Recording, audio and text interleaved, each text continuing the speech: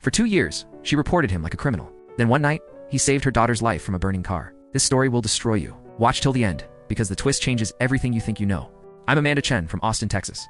For 2 years, a homeless man named David sat on my corner bench daily. I called police on him 17 times. Loitering, nuisance, suspicious behavior, any excuse to get rid of him. Police knew me by name.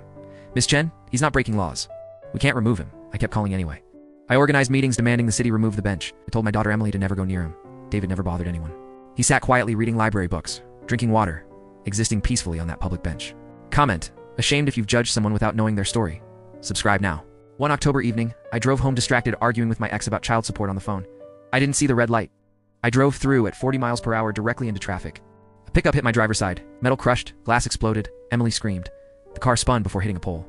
My head hit the window. Everything went black. I woke on the ground. Someone held my hand. Stay with me. Help is coming. I couldn't focus. Emily. Where's Emily? I panicked, trying to move. She's okay. I got her out. She's safe with a neighbor. My vision cleared. David was kneeling beside me.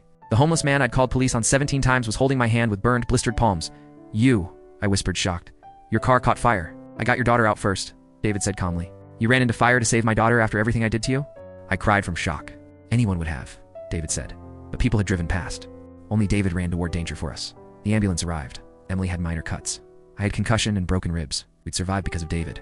Police took statements. One officer recognized me.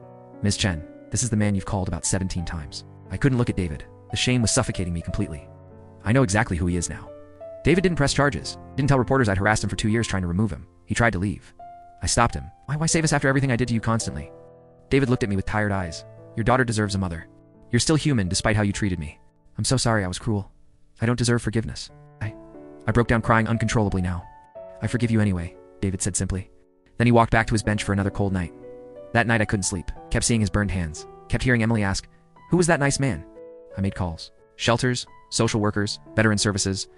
David was a former Marine with PTSD from Iraq tours. His family abandoned him. VA failed him. For years homeless, surviving on streets with no support at all. I found social worker Maria. Together we fought bureaucracy. 3 weeks later, David got housing assistance approved. Small studio apartment, clean, safe, warm. I paid first 6 months rent myself. It's the absolute least I could do. David cried, getting the keys. I forgot what having a door felt like. A door I can lock myself. I helped furnish it. Emily came. Mr. David, you're a hero, handing him her drawing of him with cape. David put it on his fridge. I'm not a hero. I did what anyone should do for another person. Sprawled over the year, we became friends. I helped him find work at Veteran Services counseling other homeless vets. Emily asked if Mr. David could come to her birthday. He brought a library book carefully selected for her. Neighbors who'd supported removing David were shocked seeing him at my house as a guest and friend. Some understood, others stopped talking to me. I lost friends defending David's humanity. I didn't care anymore. I'd spent 2 years erasing David. He'd spent 2 minutes saving my daughter's life without any hesitation. One evening, David told me something heartbreaking. That night, I was leaving Austin for good. I'd given up. Saving Emily reminded me I still had purpose. I still mattered. My cruelty almost drove away my daughter's savior. David works full-time now. Apartment, car stability. He mentors homeless veterans regularly through his organization.